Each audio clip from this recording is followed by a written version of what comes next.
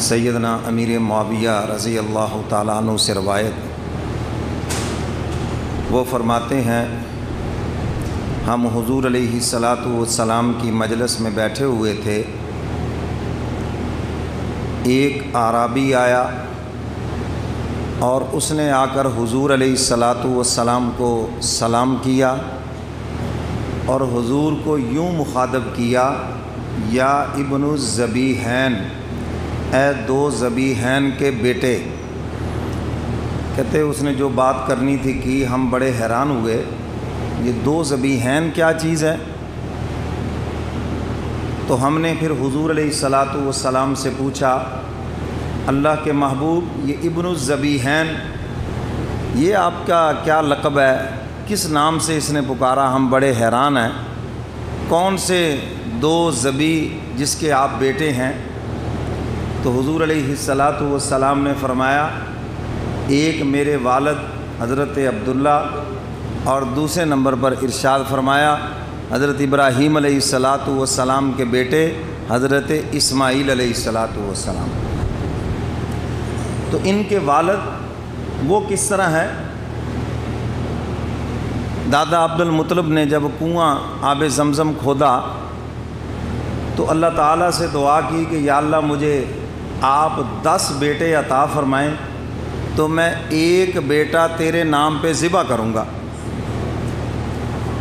منت مان لی، اگرچہ آج یہ منت ماننا حرام ہے شریعت محمدیہ میں، آج اگر کوئی مانے گا تو بالکل حرام ہے۔ تو اللہ کی شان کے حق تعالیٰ نے ان کو 10 بیٹے عطا فرمائے۔ اب ایک دن لیٹے ہوئے تھے تو کسی نے خواب میں کہا، عبد المطلب آپ نے تو یہ نظر مانی تھی، آب زمزم کا کنواں کھود کر، اور اللہ تعالیٰ سے دعا مانگی تھی یا اللہ مجھے 10 بیٹے دے، میں ایک بیٹا تیرے نام پہ ذبح کروں گا، تو آپ اپنی اس نظر کو، اس وعدے کو پورا کریں۔ آپ اٹھے اور اپنے بیٹوں کو بلایا، بتایا کہ بھئی تمہاری پیدائش سے پہلے میں نے یہ نظر مانی تھی، تو بتاؤ بھی تم تیار ہو؟ اب وہ بیٹے تو اس دور کے، اگر ہوتے آج کے شاید ابا جی کی قربانی کر دیتے۔ 10-11 بیٹے ایک باپ کو نہیں پال سکتے، جبکہ ایک باپ 11 بیٹوں کو پالتا ہے، باوجود غربت کے بھی پالتا ہے، اور 11 بیٹے چاہے آفیسر بن جائیں، سرمایہ دار بن جائیں، 11 ہو کر بھی ایک باپ کو نہیں روٹی دے سکتے۔ کیوں جی ایسے ہے یہ آج کے دور کی، جس کو ہم کہتے ہیں جی پڑھا لکھا دور ہے، یہ پڑھے لکھوں کا حال ہے۔ اور جن قوموں کے پیچھے آپ لگ رہے ہیں وہاں اولڈ ہاؤس ہیں، بوڑھے باپ کو جا کے دھکا دے دو وہاں پر، سال کے بعد جا کر ان کی شکل دیکھ لو عید والے دن ہے۔ اسلام کتنے پیارے اس کے اصول ہیں، دنیا میں ایسا کوئی مذہب نہیں جو اسلام کا مقابلہ کر سکے۔ ماں باپ کا کیا درجہ دیا ہے جی، کیا شان دی والدین کو، یہ اسلام میں ہے۔ تو دادا عبد المطلب نے پوچھا، سب نے بیک زبان کہا آپ جس کو چاہیں ذبح کر دیں۔ انہوں نے کہا ایسے نہیں کرتے، ہم قرآن اندازی کرتے ہیں۔ جب قرآن اندازی کی گئی تو حضور علیہ الصلاۃ والسلام کے والد محترم حضرت عبداللہ کا نام نکلا۔ اب یہ عبداللہ وہ ہیں جو لاڈلے ہیں دادا عبد المطلب کے، اور بہنوں کو ان سے بڑا پیار ہے۔ بعض بھائیوں سے بہنوں کو بڑا پیار ہوتا ہے، فطرتی چیز ہے۔ تو بہنوں کو ان سے بڑا پیار تھا، وہ تو ساری رونے لگ گئی کہ یہ کیا ہو گیا۔ انہوں نے کہا دیکھو بھی میں نے اللہ سے وعدہ کیا ہے، نام ان کا نکل آیا، بس اب یہی ہونا ہے۔ بہنوں نے کہا آپ ایسے کریں، قرآن اندازی کر لیں ان کے درمیان اور اونٹوں کے درمیان۔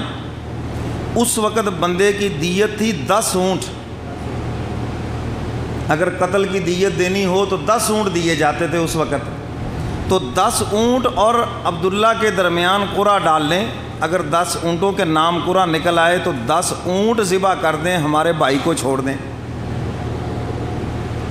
اب 10 اونٹوں کے ساتھ قرعہ نکالا تو قرعہ پھر عبداللہ کے نام۔ انہوں نے کہا چلو اونٹ بڑھا دیتے ہیں، 20 کر لیتے ہیں۔ غرضے کے 30 40 50 60 70 80 90 تک قرعہ ڈالا تو قرعہ عبداللہ کے نام نکلا، اور جب 100 اونٹ پورے کر کے قرعہ ڈالا تو قرعہ اونٹوں کے نام نکلا۔ اب یہ 100 اونٹ دیت عبد المطلب نے مقرر کی تھی، اور حضور علیہ الصلاۃ والسلام نے اسی کو باقی رکھا، اور آج بھی امت محمدیہ کے اندر یہی دیت رائج ہے۔ اچھا چلیے اس مسئلے کی بھی تھوڑی سی وضاحت کر دیتا ہوں۔ ہمارے یہاں ہوتا ہے قتل ہو گیا، بعد میں صلح ہو گئی تو ایک لفظ بولا جائے، پر آدھا خون بیچ دیتا جی، انہوں نے تو بیٹے کا خون بیچ دیا، انہوں نے تو فلاں۔ یہ تو شریعت کا مسئلہ ہے بھائی۔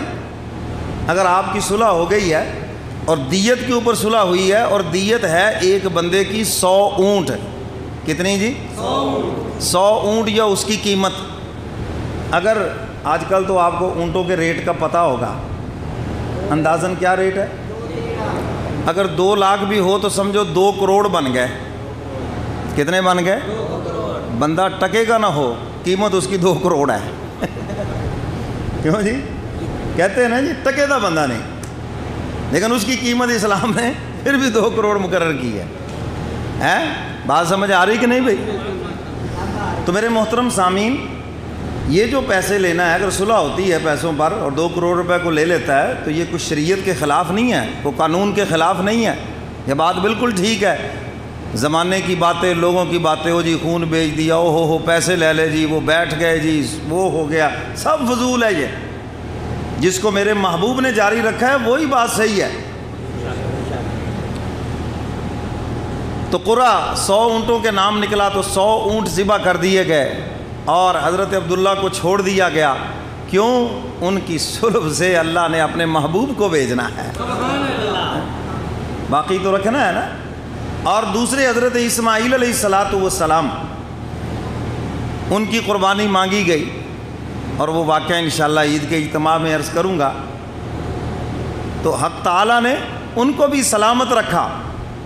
باپ چھری چلا رہا ہے، بیٹا چاہتا ہے گردن کٹ جائے، 2 نبی چاہتے ہیں، ایک نبی چاہتا ہے ذبح کر دوں، دوسرا نبی چاہتا ہے ذبح ہو جاؤں، اور اللہ چاہتے ہیں، بولو بھائی، اللہ چاہتے ہیں، تو جو اللہ چاہے گا وہی ہوگا۔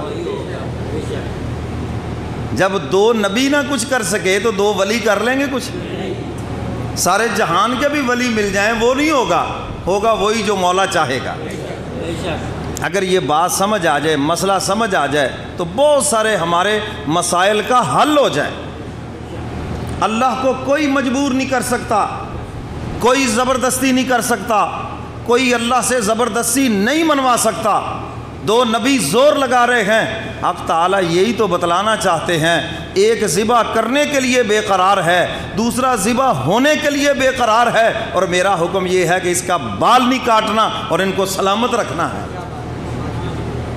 کیونکہ ان کی نسل سے میرے محبوب نے آنا ہے۔